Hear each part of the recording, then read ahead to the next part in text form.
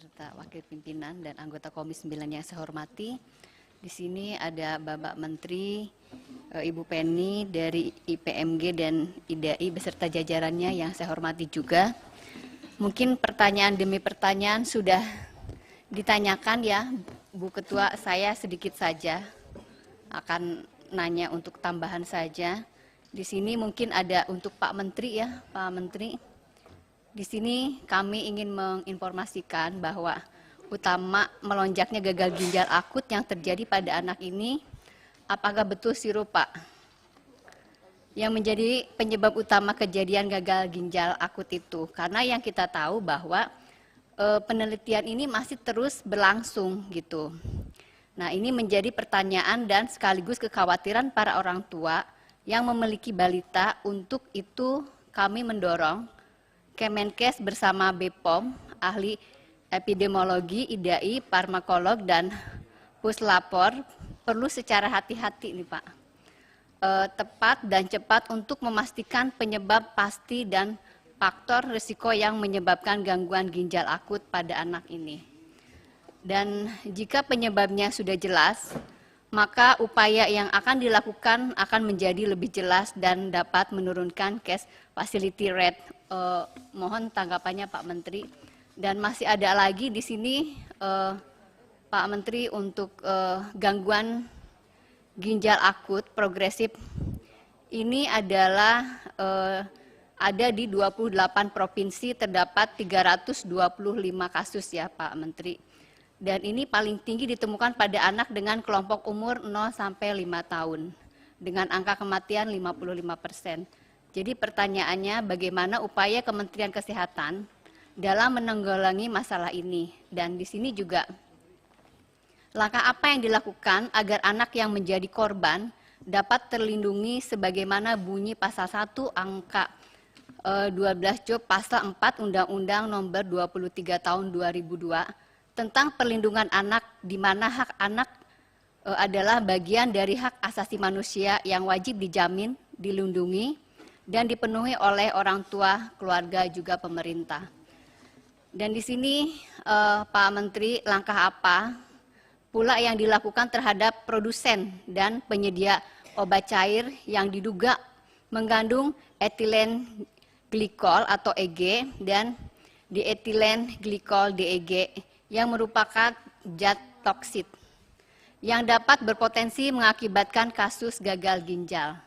Dan di sini yang kita tahu sebabnya bahwa berdasarkan pasal 188 ayat 3 Job pasal 196 Undang-Undang Nomor 36 Tahun 2009 tentang kesehatan menyatakan bahwa setiap orang dengan sengaja memproduksi dan mengedarkan farmasi dan atau alat kesehatan yang tidak memenuhi persyaratan keamanan dipidana paling lama 10 tahun dan denda 1 miliar.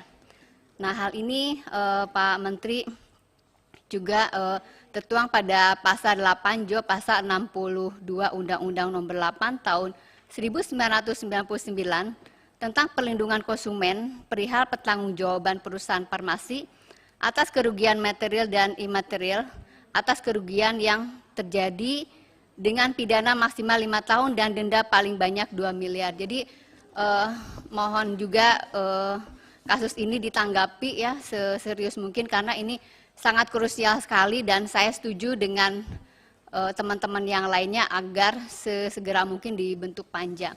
Dan untuk Ibu Penny di sini saya ada pertanyaan juga ya. Mengapa kasus kematian GGAP atau AKI mencapai 50%, Bu? Dan sebab jika melihat outline presentasi yang berisi sistem jaminan mutu, keamanan khasiat obat, di sini regulasi pengawasan free post market, jaminan mutu industri farmasi, pengawasan post market, farmatologis, kasus kejadian tidak diinginkan, akut kidney injury atau KTD AKI, tindak lanjut produk tidak memenuhi syarat. Nah, strategi pencegahan KTD dan perkuatan jaminan mutu, maka seyogianya kasus kematian gagal ginjal pada anak dapat terdeteksi sedini mungkin. Nah, di sini Bu Penny bukankah dalam dunia kesehatan sudah dikenali bahwa etilen glikol atau EG, di etilen glikol atau di EG, etilen glikol merupakan monobutil etil. Etilen glikol monofenyl etil atau EGPE merupakan zat toksit yang dapat berpotensi mengakibatkan GGAPK dalam kadar tertentu. Jadi dengan demikian mestinya regulasi berupa Undang-Undang Nomor 8 Tahun 1999, Perlindungan Konsumen, Undang-Undang Nomor 36 Tahun 2009, tentang Kesehatan, Peraturan Pemerintah Nomor 5 Tahun 2021 tentang penyelenggaraan perizinan berusaha berbasis risiko. Peraturan Kepala BPOM Nomor 24 Tahun 2017 tentang kriteria dan tata laksana registrasi obat, Peraturan Badan POM Nomor 34 Tahun 2018 tentang pedoman cara pembuatan obat yang baik telah cukup untuk menjamin hak anak terlindungi termasuk terlindungi kesehatannya. Mungkin itu saja pimpinan, terima kasih. Terima kasih.